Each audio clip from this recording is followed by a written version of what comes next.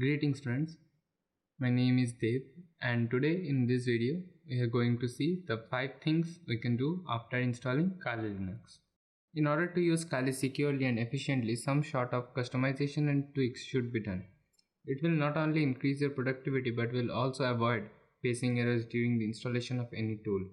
So without any further delay, let's start.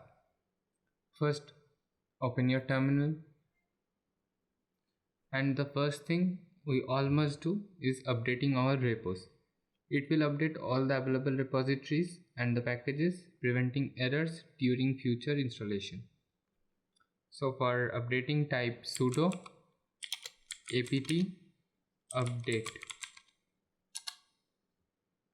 Now it will update.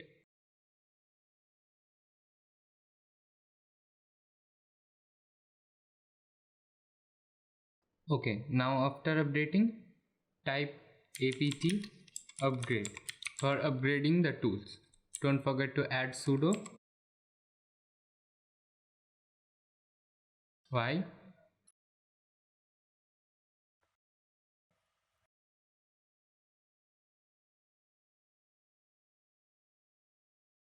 Okay, now all your packages are updated as well as upgraded. To increase your productivity and using your terminal efficiently, we can use a terminal multiplexer such as console, the one I am using, or you can also use Terminator. So let me just show you how to install console. Type apt install console. Don't forget to add sudo.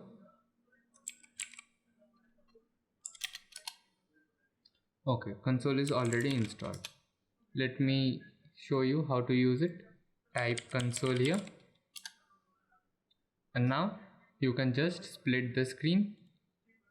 See, it's split it horizontally. Then we can also split this screen vertically. We can also split this screen vertically. Again, this can be splitted. This also. Again, this again. So see, you can split your terminal as many as you require. Again, you can change the tab and split it here again. Okay, now after installing a console, you can also use a static IP in your private network. For using static IP in public, you have to go through your service provider and ask them for a public static IP. In your private network, you can set a static IP. So for installing a static IP, just go to here, your network. Yours can be different, as I am using KDE. Go to wired connection and configure. Then in your terminal type ifconfig. You can use this IP address as well. So I am copying it and pasting it here. Come to IPv4, switch it to manual and add address. This one, netmask will come automatically and gateway will be 192.168.1.1. Now come to DNS server and type 8.8.8.8 or 8.8.4.4. These are the Google DNS servers. Okay, now click on apply or OK. After configuring there, come here and type sudo service network manager restart. No space here. Sorry. Network manager restart. Type enter. And this will restart your network manager and apply the settings you applied. Okay, now see your IP. Here is it. After configuring static IP, if you are into coding, development or reversing, you can use a code editor. For this video I am using VS Code as it is more user friendly, and the plugins in the VS Code will also increase the capabilities of your code. Okay, now type VS Code here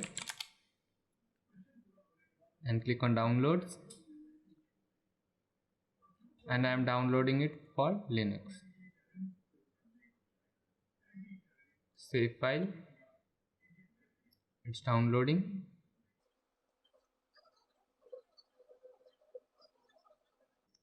Now close the browser and come here and type cd downloads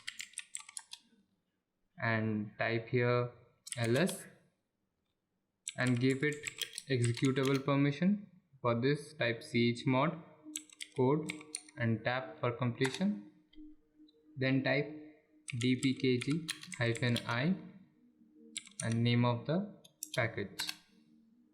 Sorry, it requires sudo. Type sudo and let it run. This will install VS Code in your operating system. Okay, now VS Code is installed. Come here and type code.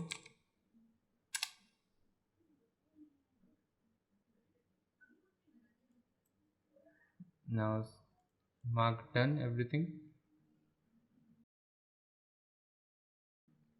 Come to this icon, extensions, and search for IntelliCode.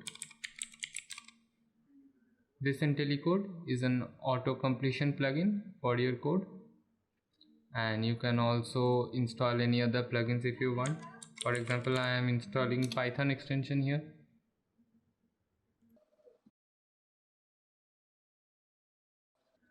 Okay, it's installing.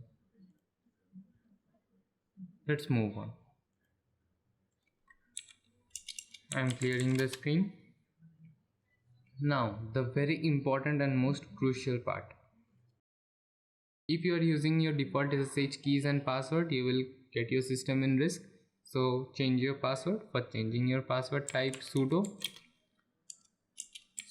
for changing to root and type passwd. Type your new password. I am typing here my password. You type yours. Again retype it. Okay. Your password is updated successfully.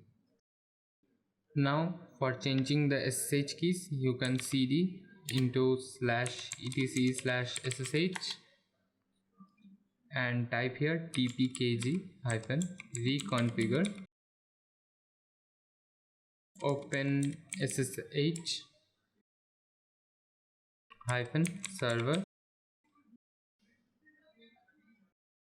Just by entering this command, your SSH will come into the default mode and any kind of configuration provided by the kali.org will get deleted.